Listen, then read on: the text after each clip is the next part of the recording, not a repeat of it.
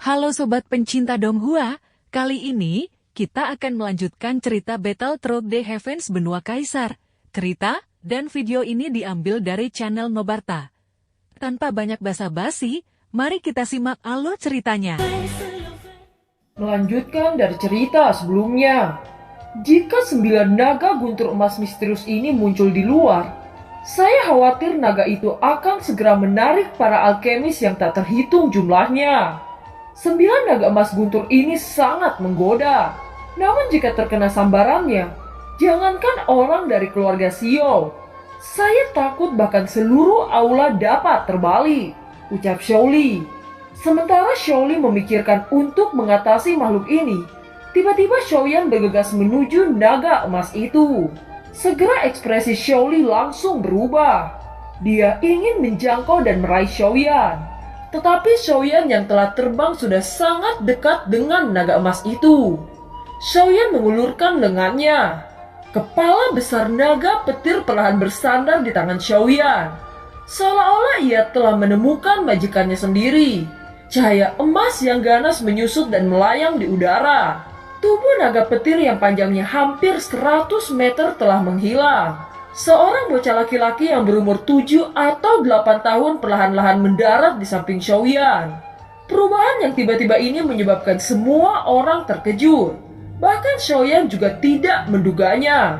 Pada saat itu, Xiaoyan menemukan 9 naga guntur emas ini di benua Daoqi di tempat naga Void kuno Xian. Xiaoyan hanya membantu naga petir mengumpulkan roh. Dia tidak pernah membayangkan bahwa naga petir muda ini menghargainya sampai datang ke benua ini. Keberuntungan macam apa yang dibawa Xiaoyan ini, ucap Xiaoli.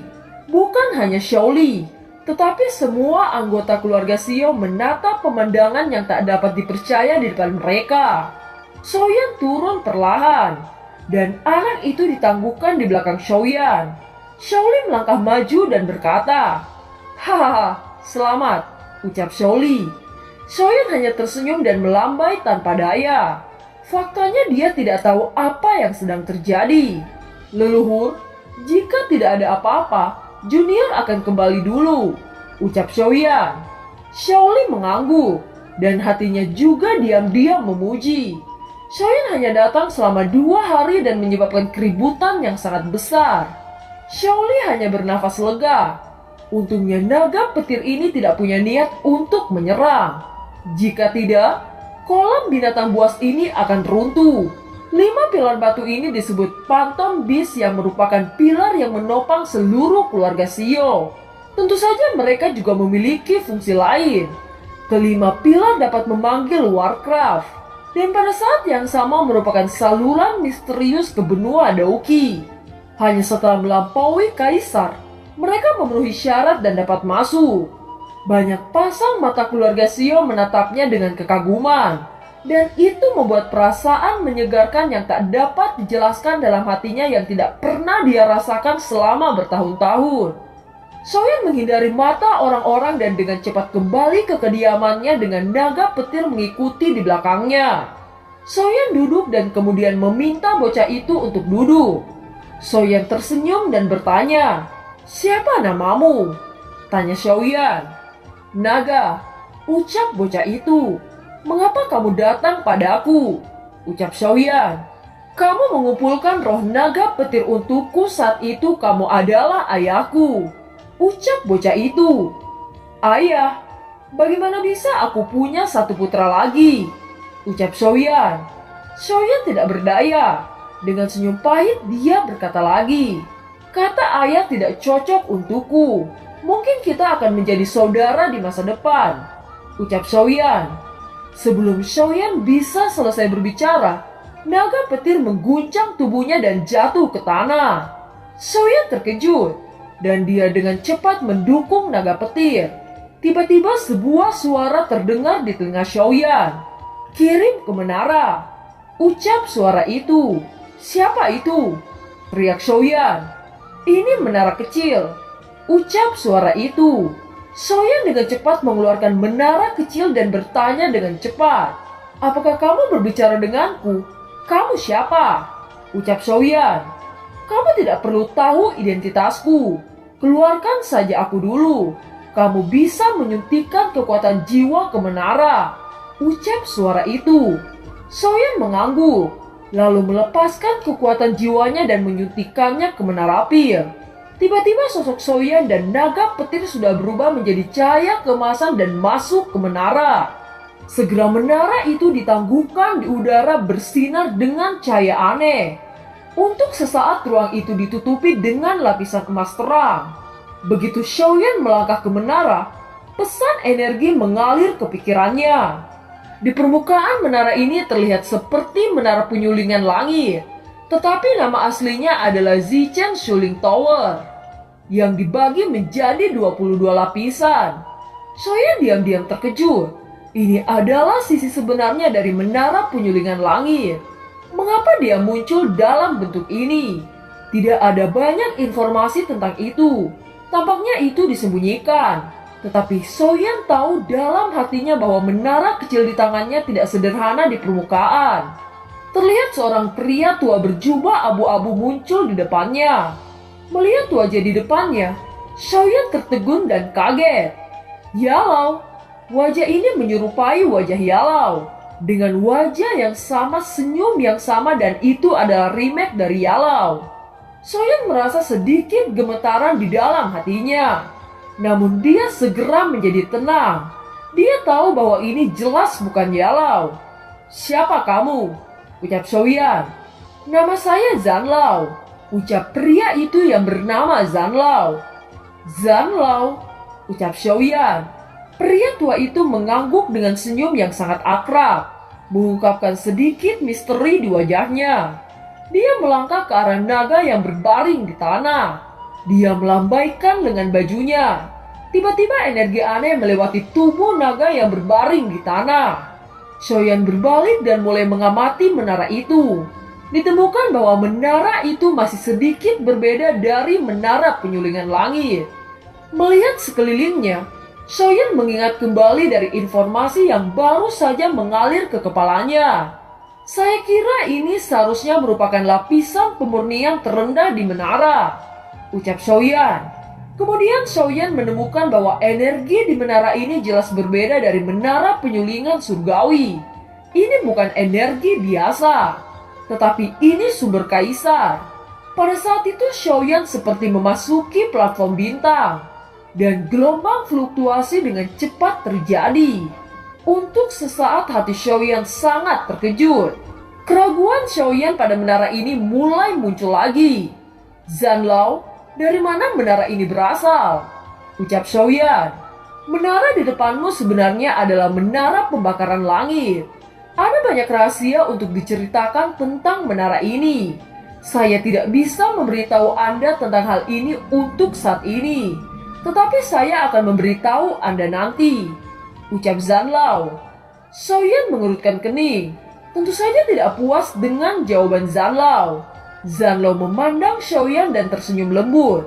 Dia berkata, "Kamu harus menjelajahi rahasia di dalam menara ini sendiri. Sekarang kamu bisa memasukinya ke dalam untuk berlatih. Perasaan di sini sangat berbeda dari yang ada di dataran Daudi," ucap Zanlao. Xiaoyan mengangguk. Melihat wajah orang tua yang sangat mirip dengan Yalau, sepertinya dia tidak berbohong. Ketika Xiaoyan datang ke benua ini, dia tidak pernah berlatih. Xiaoyan memiliki sedikit rasa ingin tahu dan sedikit harapan. Jadi dia tidak banyak bicara ketika dia melangkah ke arah pusat. Setelah Xiaoyan berjalan perlahan menuju pusat untuk beberapa langkah, tekanan yang kuat langsung menekan tubuh Xiaoyan. Tetapi Xiaoyan tidak berhenti sama sekali. Setelah berjuang beberapa langkah, wajah Xiaoyan dibanjiri keringat. Penindasan kekuatan saat ini membuatnya tidak dapat mengambil langkah maju. Apa-apaan kekuatan ini? Gumam Xiaoyan. Pada saat ini kekuatan Xiaoyan mengalir perlahan. Tetapi Xiaoyan jelas bisa merasakan bahwa kekuatan di tubuhnya tumbuh pada tingkat yang terlihat. Xiaoyan tahu bahwa ini adalah kesempatan yang baik untuk berkultivasi. Dia perlahan-lahan duduk sebelum memejamkan matanya. Kemudian segera mulai menyerap energi langit dan bumi. Itu sama seperti orang yang lapar tidak makan untuk waktu yang lama. Energi ini dengan gila-gilaan dimasukkan ke dalam tubuh Xiaoyan. Xiaoyan tidak tahu kali ini berapa banyak yang bisa ia tingkatkan. Itu tergantung pada kultivasi masing-masing individu. Sekarang Xiaoyan telah memasuki kultivasi pertama benua kaisar. Kultivasi ini dapat berlangsung selama beberapa hari atau bahkan lebih lama.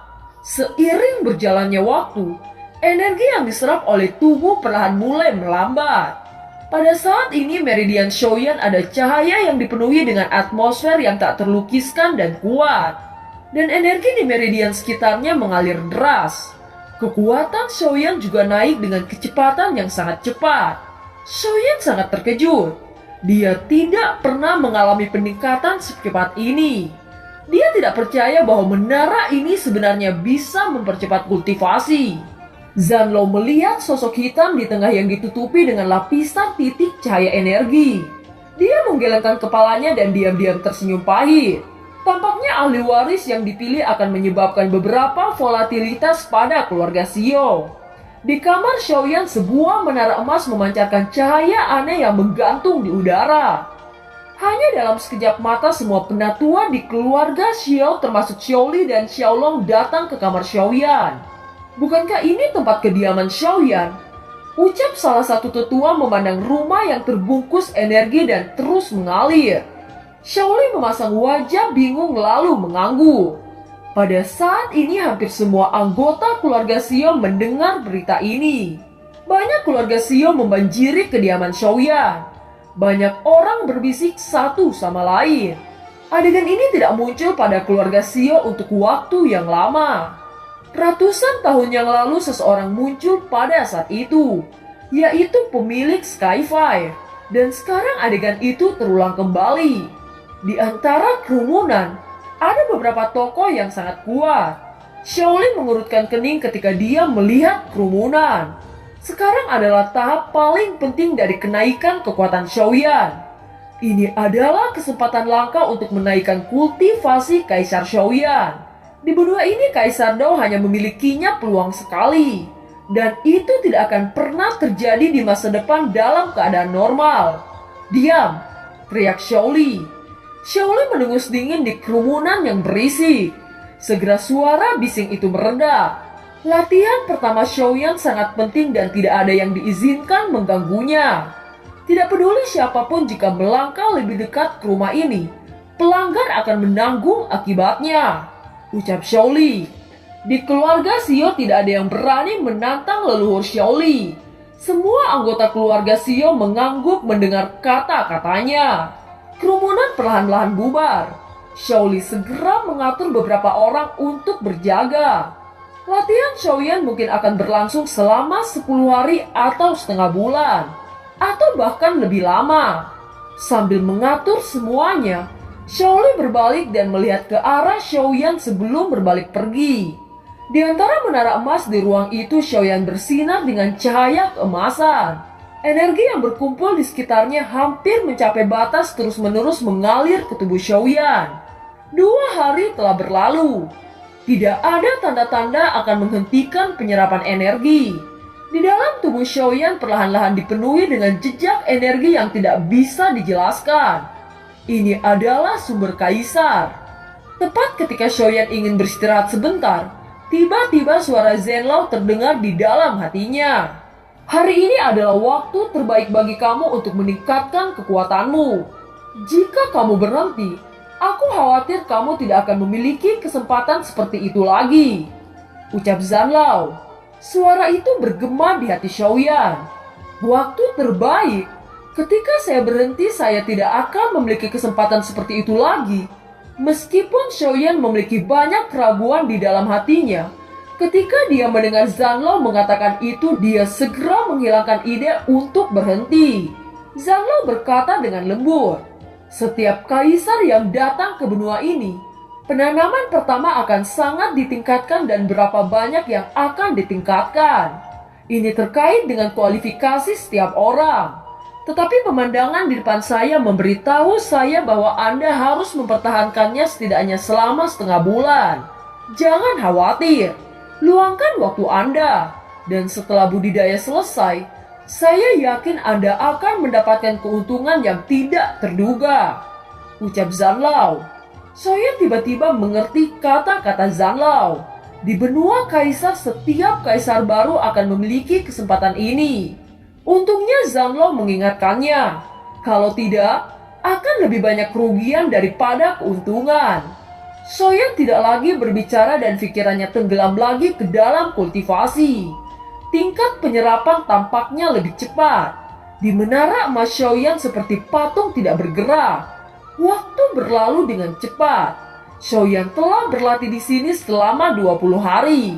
Titik cahaya energi masih memenuhi seluruh lapisan menara. Energi unik naik dan terbakar di tubuh Shoyan. Dan aliran energi terus mengalir keluar dari kelompok gas, kemudian setelah dibaptis oleh kekuatan baru, itu kembali ke dalam dantian. Di bawah siklus sempurna seperti itu, kelompok cahaya merah terang samar yang awalnya muncul menjadi lebih jelas dan lebih berkilau. Perubahan energi seperti itu secara alami tidak luput dari perhatian Shoyan. Karena dia dalam kondisi kultivasi, dia tidak tahu persis berapa lama dia berlatih kali ini. Pada saat ini tidak hanya tubuh bagian dalam Shoyan mengalami perubahan, tetapi tubuh bagian luarnya juga mulai mengalami perubahan. Energi yang menyelimuti seluruh tubuh Shoyan mulai berfluktuasi dengan cepat.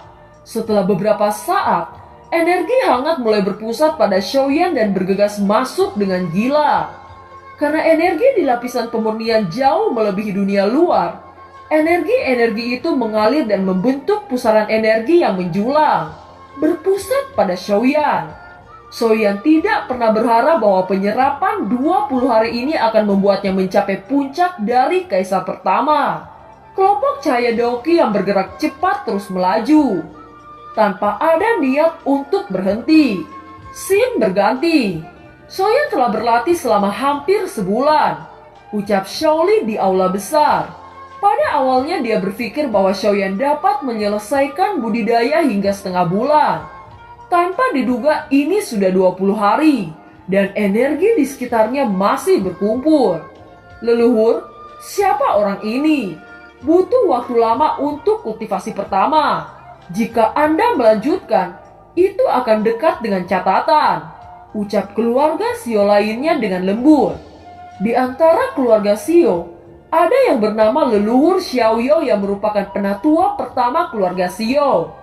Dia mempertahankan praktik terpanjang untuk pertama kalinya. Dikatakan bahwa Xiaoyo benar-benar menyerapnya hingga 30 hari ketika ia berlatih untuk pertama kalinya.